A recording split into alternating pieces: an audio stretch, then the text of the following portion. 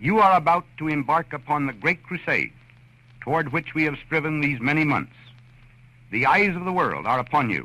80 years later, Marvin Gilmore, who turns 100 this year, still remembers. I became a man and a soldier overnight. Early morning, June 6, 1944, Gilmore and his fellow soldiers in an all-black anti-aircraft artillery battalion were part of an armada of more than 7,000 ships and boats on the English Channel, supported by about 12,000 Allied aircraft. Their orders: invade Nazi-occupied France. General Eisenhower warned it would not be easy. Your enemy is well-trained, well-equipped, and battle-hardened.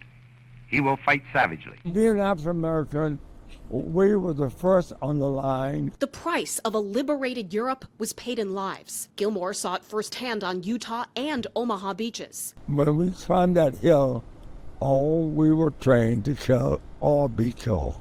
War is gruesome. And I think most soldiers came back, we don't talk about it.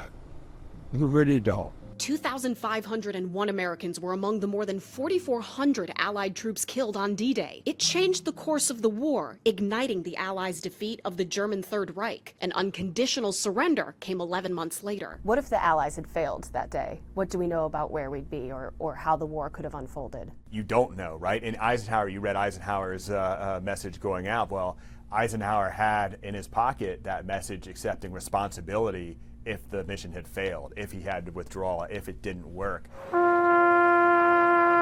Memorials like this one in Normandy are a tribute to the bravery and sacrifice of veterans like Gilmore and those who never came home. They also serve as a reminder of what we owe them. And I think showing that gratitude by living in the way that honors them. There's a phrase that goes, the best way to honor our troops is to be an American worth fighting for. Yeah, that's the key. That is the key. In Washington, I'm Atra El-Nashar reporting. As the plane carrying 48 American heroes floats across the western coast of France, touching down in Normandy. This is my third time back. One of those on board, First Lieutenant WOAI King, remembers the first time he made the flight. One of 75 combat missions the fighter pilot flew during World War II. What we were doing was very dangerous work with low-level dive bombing and strafing. But it was nothing but devastation when I saw it that time. This time, 8 decades later, King and a handful of veterans have come back. The music and fanfare can't drown out memories of the horror that was part of their first trip here. And I was in the first wave with 90-millimeter gun. You don't know what we're seeing, really. They were all 18, 19-year-old. You know? Never even made the beach. And it was loaded, believe me. Still, they're drawn to this place, they say, to honor the men and women they call heroes, each marked by a single white headstone. The ones that are my buddies here, yes, sir. These are all brothers in arms. This group is, frankly, the last of the survivors, now fighting not enemy soldiers, but time. They're now, most of them, 100 years old or over. So it's important that we give them the very best ceremony that we can. They deserved it. This community transformed, thousands in military vehicles and full uniforms, honoring the men and women who fought for and secured their freedom. Well, it's important to me to pay a tribute to the people who liberated Europe from the Germans. Led by a group of Americans whose courage and dedication endures 80 years later.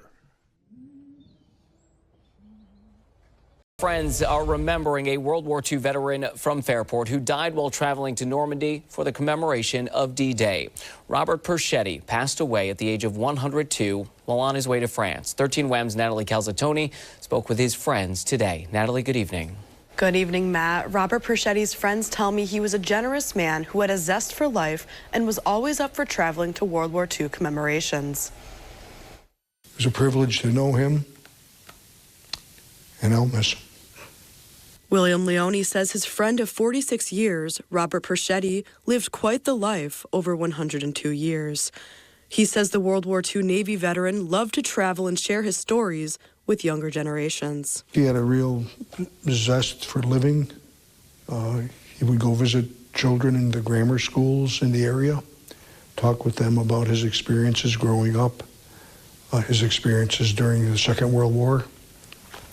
He wrote this book on his life, An American Life Well Lived. Perchetti passed away Friday while traveling to Normandy, where he was going to attend a ceremony marking the 80th anniversary of D-Day. Even at his advanced age, he felt it very important to be at Normandy for June 6th. Al DiCarlo was also a friend of Perchetti's and his travel companion. In 2019, 13 Wham interviewed both men while they were on a trip to the South Pacific. It's a great feeling to be able to come back here and to see how well these people have done. DiCarlo was traveling with Perchetti to Normandy on Friday when his friend became ill during a stop in Germany. He was airlifted to the hospital and died shortly after. The doctor was with him. He was not alone. He was peaceful. He was comfortable. She played Frank Sinatra, his favorite singer, on her phone, and he peacefully left us. DiCarlo says Perchetti was an inspiration to him, and before his passing, was thrilled to be with other World War II veterans. I mean, he was a radio man on a communications ship off the coast of Iwo Jima in Okinawa, and he met another radio man I think he was from the Army. So they were chatting about things from 80 years ago. It was amazing to watch. William Leone tells me as of right now, there is not a set funeral date for Robert, but it'll be held at St. Jerome's Church in East Rochester. A local veteran heading to New Orleans to commemorate the 80th anniversary of D-Day. George Stites was on the beaches of Normandy on that day at just 19 years old. This Wednesday, he'll be heading to the National World War II Museum in New Orleans to commemorate the 80th anniversary of D-Day. Today, we spoke with Mr. Stites about his experience that day. We prayed for him, and we made it through D-Day, and I ended up with all 5 campaigns in Europe. I spent 30 months overseas, and at 19, you grow up in a hurry.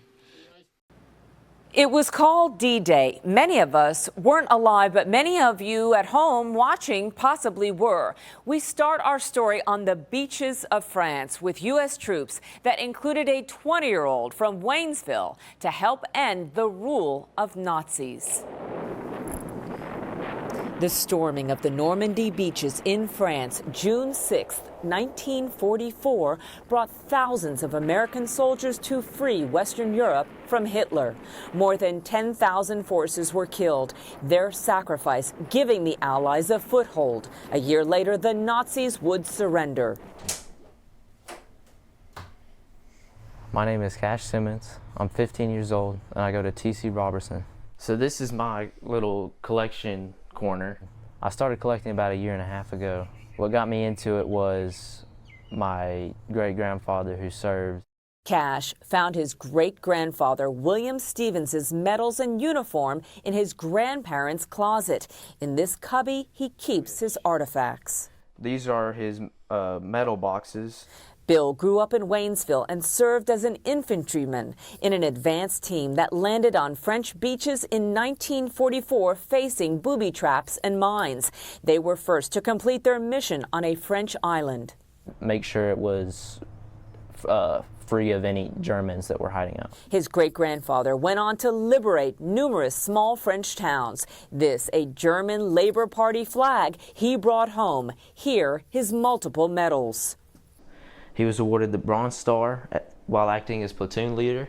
Plus a Purple Heart, along with his great-grandfather's belongings. Merritt, he was from Columbia, South Carolina, and he flew 30 missions. It makes me feel like I'm saving history and preserving it, which gives me a good feeling. He's preserved 25 servicemen's histories with deep knowledge of his great-grandfather's 24th Cavalry Reconnaissance Squadron. Writer Mike Hind in France has solicited Cash's help for a book. It was thanks to Cash and the material that he's collected that we've now got the clearest possible picture of who it was that landed on these islands before the actual main D-Day landings even began. This was going to be thrown away. For Cash, it's about honor with groupings from all service fields. While it began with his great-grandfather Bill, it continues by revering others. This guy died for his country, and he gave the ultimate sacrifice for a good cause, freedom.